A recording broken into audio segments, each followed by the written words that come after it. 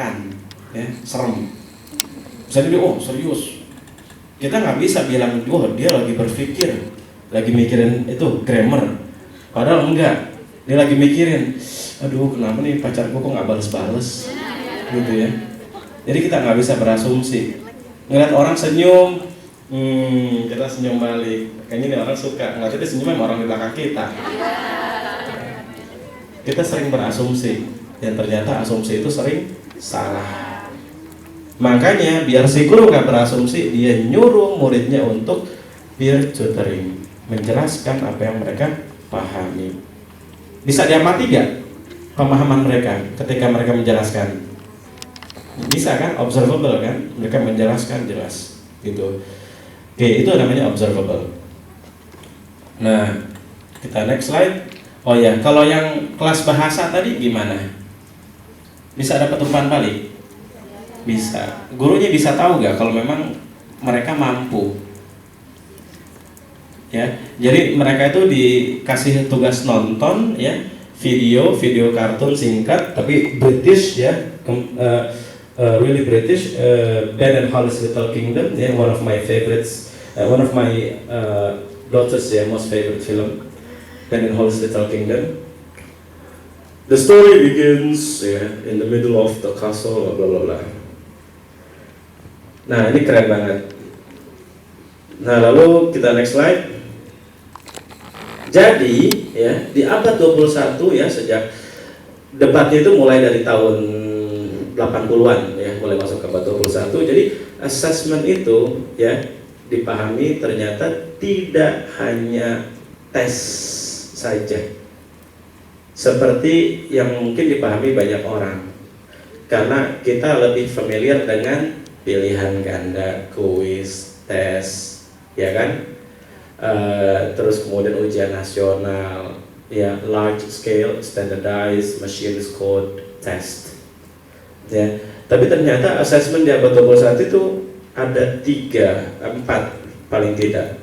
Pertama, untuk memantau perkembangan belajar peserta didik, untuk mengetahui tingkat penguasaan mereka tentang bahan ajar, memberikan umpan balik yang tepat dan konstruktif agar mereka mampu mencapai target pembelajaran yang diharapkan, dan terakhir memberikan informasi untuk peningkatan kualitas KBM secara umum, secara menyeluruh, komprehensif. Oke, nah ini banyak yang mengutip, yang membahas. Slide 15. Nah, ini yang terjadi perdebatan, tapi sekarang mulai banyak yang berpindah. Ya, contoh kayak di Finlandia, Swedia, itu mereka sudah beralih, sudah menghapus ujian nasional sejak kurang lebih 40-50 tahun yang lalu. Ya.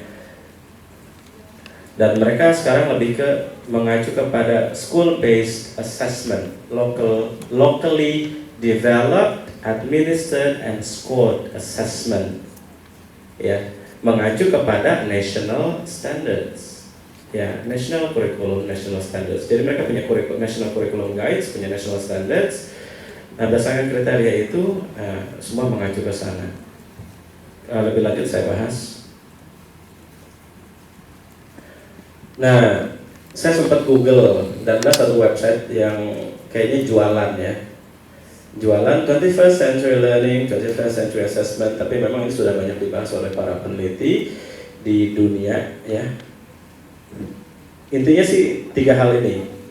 Creativity and innovation, skill yang dibutuhkan untuk 21st century economy, critical thinking and problem solving, communication and collaboration. Jadi yang sekarang lagi jomblo, jangan terus-terusan menjomblo. Siap? Harus kolaborasi. Jadi sesama jomblo harus membentuk komunitas jomblo gembira. Bisa? Ya, jangan sendirian dulu, ntar kesurupan. Ya, jadi harus berkolaborasi, oke? termasuk reasoning, bagaimana memberikan alasan, bagaimana mengomunikasikan, memaparkan gagasan secara persuasif, secara komprehensif, dan secara jelas. Setelah 17, sorry nih saya agak cepat ya, karena waktunya ternyata mepet gitu. Setelah 17, sudah ada ya? Nah ini contoh ujian anak kelas 5 SD, ujian kenaikan tingkat. Kebaca gak? Iyalah, udah gede, masa gak bisa baca? Saya bener gak bisa baca. Bisanya nguping.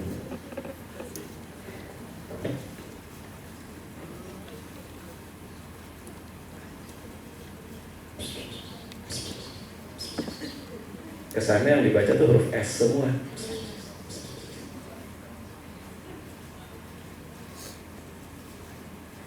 Ini pilihan ganda bukan? Pilihannya nggak ada ya?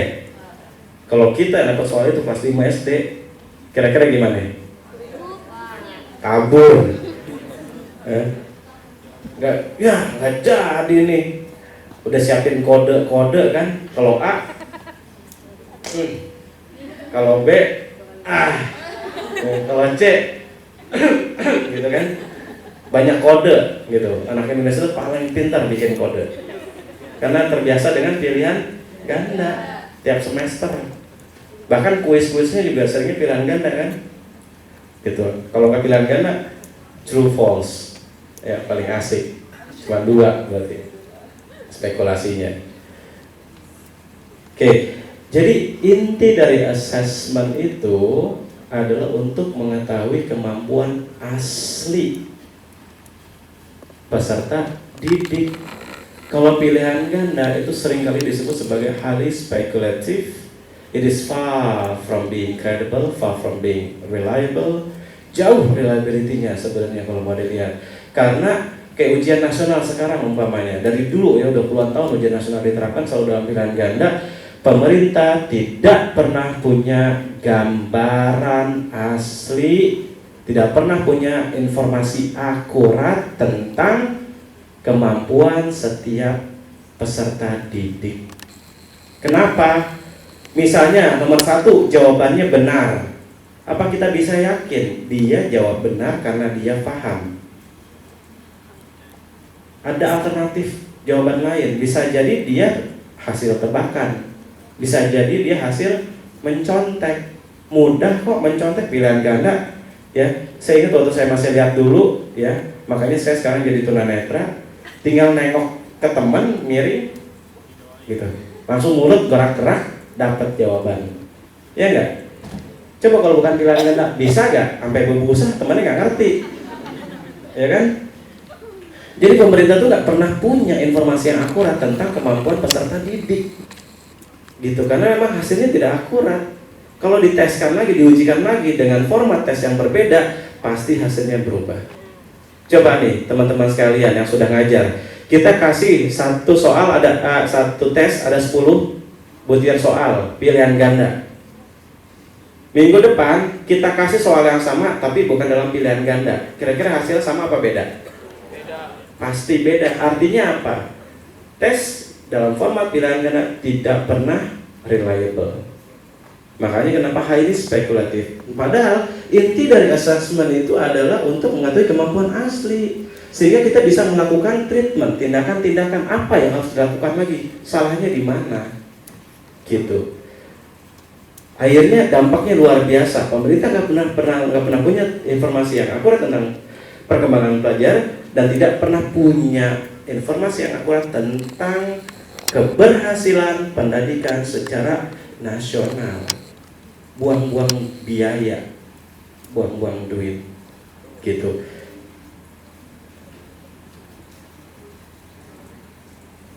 Tiga komponen penting. Next slide, slide 18. Ya, jadi banyak akademisi termasuk salah satunya Brown itu, nah yang dapat language assessment sama Bu Banu pasti udah paham ya. Jadi saya nggak perlu ngejelasin lagi. Makasih Bu Banu. Ya, jadi teaching dan assessment itu sangat ya terkait ya. Jadi teaching dan assessment tidak terpisahkan, dan termasuk umpan balik. Ya, coba kalau teman-teman punya adik anak 5 tahun main bola basket di dalam ruang tamu, ada TV, ada kakaknya lagi pakai laptop, bakalan didiemin atau dikasih penjelasan? Didiemin atau dikasih penjelasan? Atau disemangati, ayo tendang yang kenceng, lempar? Yang mana? Satu, didiemin. Kedua, dikasih penjelasan. Ketiga, disemangati. Itu berarti memberikan umpan balik, memberikan bimbingan. Anak tidak pernah tahu apa yang benar kalau tidak ada umpan balik. Sama ketika kita misalnya ngasih tugas ke siswa, tugas sudah dikerjain, siswa nggak dapat feedback benar atau salah, mereka nggak pernah tahu. Akhirnya mereka akan melakukan kesalahan yang sama di masa depan. Tidak pernah ada proses perbaikan. Ya. Makanya assessment for learning yang jadi isu sentral di dunia itu sangat terikat dengan feedback, umpan balik. Tidak bisa tidak, ya pasti terkait dengan feedback. Maka waktu beberapa bulan yang lalu saya ikut seminar assessment. Salah satu yang mengisi itu direktur penelitian di Australia, profesor padahal, tapi tidak membicarakan feedback, assessment aja. Dan assessment yang paling parah, assessment standardized testing. Ternyata itu jualan program, ya program untuk mengukur keberhasilan dengan standardized testing, ya computer based. Padahal isu di dunia itu assessment tidak lepas dari feedback, dan selalu criterion reference testing, ya atau subjective test atau performance based test atau segala macam sinonimnya. Slide 19. Black and William 1998. Ini bukan black or white ya. Kalau black or white ternyanyi, bangkit lagi dari kubur ntar. Ini Black and William. Black and William di tahun 1998 mencoba menganalisa, mengumpulkan ratusan jurnal, ya hampir 600-an published articles dan book chapters, ya diteliti. Itu yang research literature. Ternyata jelas mutu pendidikan negara atau mutu pendidikan dunia tergantung dari black box. Black box itu adalah kelas. Jadi mutu pendidikan tergantung kepada mutu atau kualitas apa yang terjadi di dalam kelas. Apa yang dipelajari siswa, apa yang diajari guru, apa yang mereka lakukan selama bertahun-tahun. Baru beberapa minggu yang lalu saya dapat curhatan, Mister, guru saya bahasa Inggris pada di salah satu SMA negeri sudah PNS, karena suka memamerkan ke-PNS-annya, ya PNS DKI gajinya luar biasa. Mudah-mudahan saya yakin nggak ada di sini. Masuk ke kelas cuman cerita, ngobrol, ya jarang sekali mengajar. Jadi ditanya ini nggak tahu, itu nggak tahu. Soal-soal seringnya cuma tenses. Tenses mending tenses secara keseluruhan memberikan pemahaman, tapi paling yang isolated, yang parsial, terpisah-pisah sehingga siswa nggak pernah tahu. Yang seperti ini nih, gitu. Karena memang kelas sering tidak diawasi. Ya, penelitian S3 di Melbourne itu mencoba meneliti kelas-kelas bahasa Inggris di Yogyakarta. Dari ratusan sekolah gitu, ya itu kondisinya ironis. Kelas tidak diawasi, pengawas yang mensupervisi juga latar belakang pendidikan yang beda dengan bidang studi yang diawasi. Harusnya mengawasi kelas bahasa Inggris, tapi bukan dari latar belakang pendidikan bahasa Inggris. Ya, teman saya ngajar 10 tahun di sekolah di SMA di Jakarta, mengaku dia cuma baru ngalamin 2 kali diawasi masuk ke kelas, itu pun nggak ada feedback, cuma datang ke kelas ngamatin, nggak tahu dia ngapain, habis itu udah nggak ada feedback, jadi nggak ada gunanya gitu. Ini yang ironis, makanya kalau kita ingin meningkatkan kualitas pendidikan, kita jelas harus meningkatkan kualitas apa yang terjadi di dalam kelas. Guru masuk, murid masuk, pintu ditutup, nobody knows what happens inside the class. Itu yang sering kali terjadi. Kelas menjadi ruang privat. Ya. Nih beberapa pertanyaan dia dan terjawab ya. Jadi memang bisa ya, intinya itu dengan siswa dapat feedbacknya konstruktif. Feedback tidak otomatis meningkatkan hasil belajar. Dari penelitian juga feedback itu ternyata sepertiganya, 30% dari total feedback itu destruktif, justru malah destruktif, sisanya sepertiga yang lain itu tidak memberikan dampak apa-apa, 30% kemudian baru konstruktif. Nah, penelitian McKinsey juga tadi saya sudah bahas di awal, juga dari 25 sistem pendidikan dan beberapa yang meningkat, beberapa yang maju itu ternyata, maaf ya ini kalau tidak ada di yang sudah dicetak, karena memang ini versi yang sudah diedit tadi saya sambil ngedit. Jelas mutu pendidikan ditentukan oleh mutu pengalaman belajar peserta didik. Karena kalau kita melihat pendidikan yang bagus itu apa sih? Pasti dari hasil belajarnya, bukan dari nilai. Oh, nilai bagus 10, 9, 8. Tapi apa maknanya? Siswa kita bisa apa kalau dia dapat 10 bahasa Inggrisnya?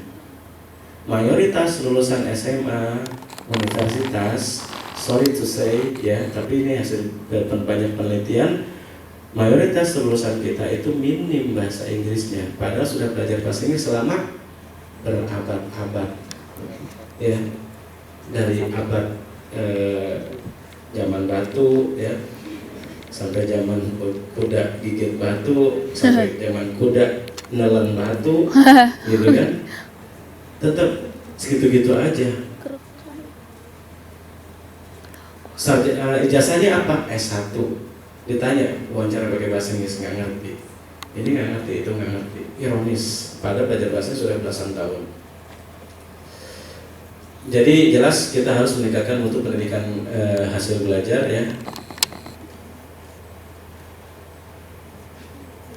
Nah, ini yang menarik juga, di tahun 2012 Grattan Institute ya, salah satu lembaga think tank di Australia, mereka fokus kepada kebijakan Australia dalam bidang pendidikan. Mereka meneliti kok bisa nih sekarang kiblat pendidikan berpindah ke Asia. Dulunya Finland jadi yang selalu diagung-agungkan, Swedia, Australia, Inggris gitu ya, sekarang malah kesusul oleh Cina, Hong Kong, Singapura, Taiwan, Jepang gitu. Akhirnya diteliti, mereka ajak round table discussion, diajak ngobrol, diteliti segala macam, dan hasilnya ternyata semua yang berhasil meningkatkan kualitas pendidikannya, kualitas hasil belajar peserta didiknya itu karena memang mereka fokus kepada peningkatan pengalaman belajar peserta didik. Contoh di Cina. Di Cina itu guru mengajar 1 minggu hanya 10 sampai 12 jam. Di sini teman saya ngajar di SMA sampai 39 jam.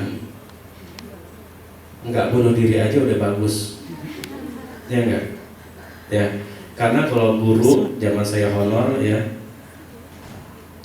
kerja 1 minggu kerja 4 minggu gajinya seminggu gitu kan, atau gimana saya lupa lah, intinya masih sangat minim ya. Jadi guru-guru honor memang luar biasa perjuangannya, masih berada di garis ironis. Mudah-mudahan terus semangat dan ya rezeki tidak bersifat matematis ya, selalu ada masukan dari sana sini. Nah dari sini di Cina itu beban mengajar dikurangi, akhirnya mereka setiap guru itu punya coaching ya, setiap guru punya mentor, dan mereka punya waktu banyak untuk kolaboratif teaching. Tidak hanya kolaboratif teaching, tapi juga mereka saling memberikan masukan. Ya, mereka menyiapkan bahan ajar bersamaan yang disebut dengan study plan. Kalau di Jepang juga jadi kiblat ya, pendidikan juga dengan lesson study-nya mereka. Kalau kata John Hattie, peer teaching, collaborative teaching will result nothing. Nggak akan berdampak apa-apa tanpa adanya feedback. Gitu. Jadi oke, kita peer teaching, kita ngajar bareng, tapi habis itu kita nggak ada evaluasi, nggak ada refleksi, kita nggak kasih feedback ke teman, nggak kasih feedback ke murid, sama aja bohong. Gitu. Karena memang intinya adalah feedback, umpan kali. Sementara kalau di Amerika itu sampai sekarang mereka masih mengajar 1 minggu itu 30 jam. Jadi di sela-sela mereka hanya punya 15 menit, 12 menit untuk menyiapkan materi, untuk evaluasi segala macam assessment. Sulit gitu ya. Hong Kong pun demikian, mengurangi beban mengajar gitu dan segala macam. Nanti mudah-mudahan biar banyak yang nanya, sengaja nggak saya bahas secara rinci, waktunya terbatas. Next slide. Nah, ini ada sedikit ya, sebenarnya banyak yang dipaparkan oleh John Hattie dalam bukunya Visible Learning. Kalau kata Ben Jensen, salah satu yang menulis tadi yang Creative Institute itu, learning from the best schools in Asia, ya, catching up, dia bilang, mencoba mengejar ketertinggalan. Ben Jensen bilang, doing what matters is easy. Melakukan hal yang menurut kita penting itu gampang. But doing what really matters is hard. Melakukan hal yang memang benar-benar penting itu yang sulit. Maksudnya apa? Setiap dari kita pasti punya gagasan, pasti punya asumsi. Oh, kalau kelasnya begini, baiknya begini, baiknya begini. Oh, coba cat temboknya warna-warni, kayaknya bisa memotivasi siswa. Oh, biar siswa nggak telat, semua yang tepat waktu sebelum jam 7 hadir dapat uang 1 juta misalnya. Semua orang bisa punya gagasan, ya nggak? Ya, doing what matters is easy. Semua orang bisa punya gagasan. But doing what really matters is hard. Tapi yang sebenarnya penting, yang sebenarnya memberikan pengaruh besar terhadap peningkatan hasil belajar itu apa? Nggak banyak yang tahu. Karena jarang dari kita yang memang mencoba try to confirm our own assumption. Jarang dari kita yang mencoba mengklarifikasi asumsi kita. Benar apa enggak nih? Kalau kita lakukan ini, peningkatan belajar mereka bombastis. Hore!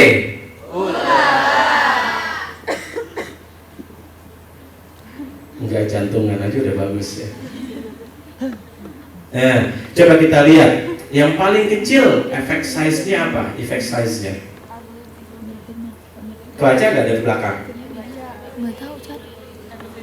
Ability grouping. Dulu waktu zaman sekolah pernah nggak di kelompok-kelompok ini kelas unggulan, ini kelas ini anak-anak yang nilainya bagus masuk ke kelas ini, pernah nggak? Ya kan? Padahal setelah diteliti ini John Hattie, dia penelitian 15 tahun. John Hattie ini profesor di Auckland University, kemudian direkrut di Melbourne University, kalau nggak salah dia ada satu lembaga penelitian di Melbourne sekarang, dan dia udah ngisi. Dia melakukan meta-analisis lebih dari 800 meta-analisis, ya, dan yang populasinya itu jadi luar biasa, puluhan juta pelajar, ya, mulai dari selatan ke utara, timur ke barat, 15 tahun penelitian. Jadi diteliti tuh semua penelitian yang memang melakukan treatment ini, yang melakukan treatment ability grouping, dikelompokkan berdasarkan kemampuannya. Yang nilai di atas 70 sampai 80 masuk kelas ini, yang 80 sampai 90 masuk kelas ini, yang 20 sampai 30 pulang aja, ya. Nah, ternyata diteliti efek size-nya ternyata minim sekali, paling kecil gitu. Yang kedua, yang paling kecil apa? Banyak juga sekolah sibuk dengan, ayo kita bikin kebijakan, peraturan-peraturan, nggak boleh dikeluarin bajunya, ya, laki-laki nggak boleh rambutnya panjang, misalnya kayak segala macam. Itu oke lah dengan value kita, tapi kadang terlalu sibuk dengan peraturan tanpa meneliti apa benar aims and policies of a school itu bisa meningkatkan hasil belajar. Apa yang paling besar di sini efek size-nya? Feedback. Yang kedua setelah feedback apa? Teacher-student relationship. Ini bukan maksudnya guru sama murid pacaran ya, walaupun itu terjadi.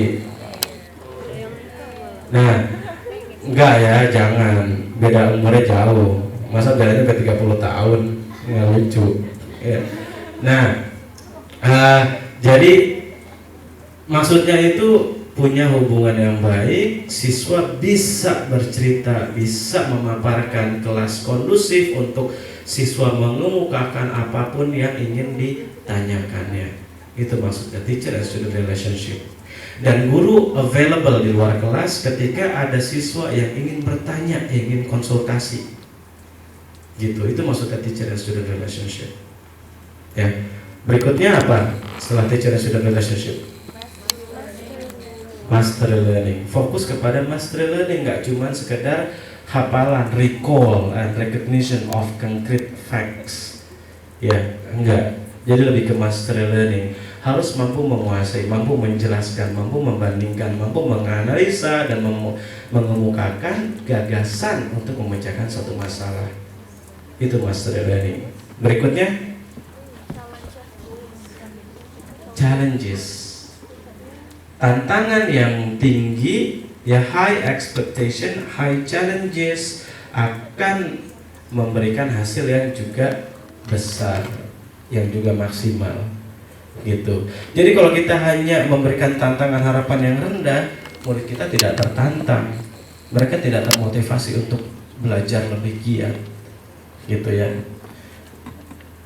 Nah, kita next lagi. Slide 23. Ya, jadi setelah Black and William banyak ya, ada Davison, ada Crook, ada Oven, macam-macam, banyak banget ya, akademisi di bidang ini, scholars di bidang ini. Di tahun 2002 Assessment Reform Group, ya sekarang sudah nggak ada lagi, itu mengeluarkan prinsip-prinsip ya. Intinya sih memang teacher needs to have assessment expertise. Assessment has to be the vital point, ya, has to be the central point in a learning and teaching process. Intinya sih lebih tentang assessment dan feedback, assessment dan feedback, itu intinya. Western and Northern Canadian Protocol, ya, juga di tahun 2006 mengeluarkan beberapa istilah, assessment as learning, assessment of learning, assessment for learning. Intinya sama ya. Kalau kata orang Jepang, eta keneh. John Hattie, visible learning. Maksudnya visible learning itu how we can make learning visible.